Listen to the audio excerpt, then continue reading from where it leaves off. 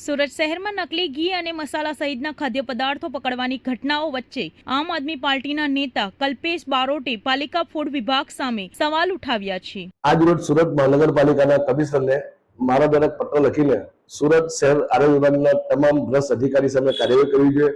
Surat મહાનગરપાલિકાનો food વિભાગ એની સામે કાર્યવાહી કરવાની માંગ કરી છે, કારણ કે છેલ્લા ઘણા સમયથી સુરત શહેરમાં ડુપ્લિકેટ ખાદ્ય પદાર્થ બનાવવાનું એક બહુ મોટું રેકેટ ચાલી રહ્યું, ત્યારે જે કામ સુરત મહાનગરપાલિકાના અધિકારીઓ એ કામ સુરત શહેરની પોલીસ એસઓજી વિભાગ દ્વારા કરવામાં આવી રહ્યું છે, ત્યારે એસઓજીના એ અધિકારીને અભિનંદન આપીશ કે પ્રજાના આરોગ્યના હિત માટે એ લોકો પોતાની ફરજ નિભાવે। ત્યારે ખરેખર જેની જવાબદારીમાં આવે છે, જેનું મુખ્ય કામ છે પ્રજાના આરોગ્ય સાથે કોઈ ખીલવાડ ના થાય, એ જોવાનું કામ આરોગ્ય વિભાગનું છે, ફૂડ વિભાગનું છે।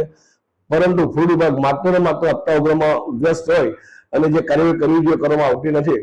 આપણે જોઈએ છે છેલ્લા 1 વર્ષથી ચીઝ હોય, પનીર હોય, ઘી હોય, દૂધ હોય, આવી ડુપ્લિકેટ બનાવટની વસ્તુઓ પકડવામાં પોલીસ દ્વારા આવે છે, ત્યારે સુરત મહાનગરપાલિકા અધિકારી શું કરે છે? જ્યારે દિવાળીનો તહેવાર આવે છે ત્યારે સેમ્પલ લેવા નીકળે છે, ચંડી પડવાનો તહેવાર આવે છે ત્યારે સેમ્પલ લેવા નીકળે છે।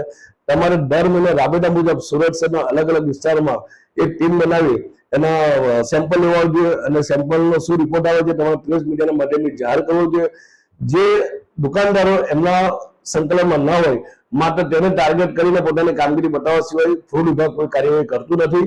અને આજે પણ સુરત શહેરના વેલાગર વિસ્તારમાંથી ડુપ્લિકેટ ઘી પકડાયું છે, પોલીસ દ્વારા પકડવામાં આવ્યું છે, ત્યારે મેં મ્યુનિસિપલ કમિશનરને પત્ર લખ્યો છે કે સુરત શહેરની જનતાના આરોગ્યના હિત માટે તાત્કાલિક ભ્રષ્ટ અધિકારી સામે તપાસ કરી અને તાકીદે સસ્પેન્ડ કરવા જોઈએ, જેથી ભવિષ્યમાં કોઈ અધિકારી પોતાની ફરજ પ્રત્યે નિષ્ક્રિયતા ન દાખવે, એ માટે આજે મેં કમિશનર પાસે માંગ કરી છે। દિવ્ય સુરત ડિજિટલ ન્યૂઝ।